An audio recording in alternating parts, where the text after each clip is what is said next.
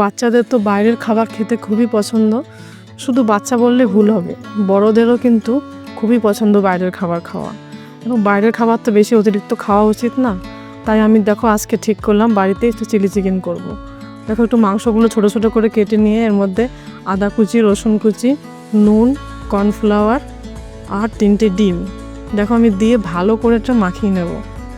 এটা মাখিয়ে খানিক সময় রেস্টে রেখে দেবো। এদিকে আমার তেল গরম হয়ে গেছে, কিছুক্ষণ পরে আমি এটা পকোড়াগুলো ভেজে নেব। দেখো পকোড়াগুলো আস্তে আস্তে এক এক করে দিতে হবে, নাহলে গায়ে গায়ে লেগে যাবে। এগুলো ভালো করে লাল লাল করে ভাজবো। বাচ্চারা তো খুবই খুশি, যেই বলেছি আমি বাড়িতে একটু চিলি চিকেন করব। দেখো এটা লাল করে ভাজা হয়ে গেছে কিন্তু আমাদের। এটা নামিয়ে নেব আমি। দেখো সুন্দর লাল রং হয়ে গেছে। এবার দেখো নামিয়ে নিয়েছি আমি।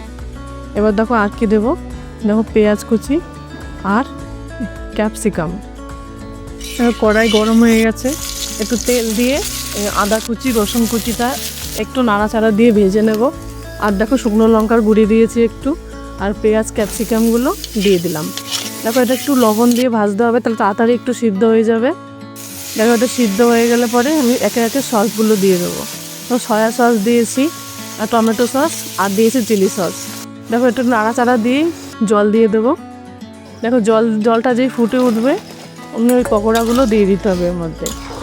দেখো পকোড়াগুলো দিয়ে দিয়েছি, ঝোলটা একটু টেনে এসছে, পকোড়াগুলো যে একটু ফুলে উঠছে।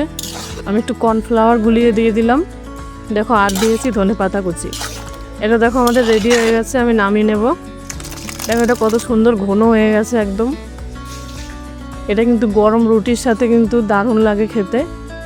বাচ্চারা তো বসে আছে কখন দেবো আমি। দেখো এটা কেমন লাগলো অবশ্যই তোমরা একটু কমেন্ট করে জানাবে। আর এটা একটু ট্রাই করে দেখো তোমরা বাড়িতে, আশা করি ভালো লাগবে।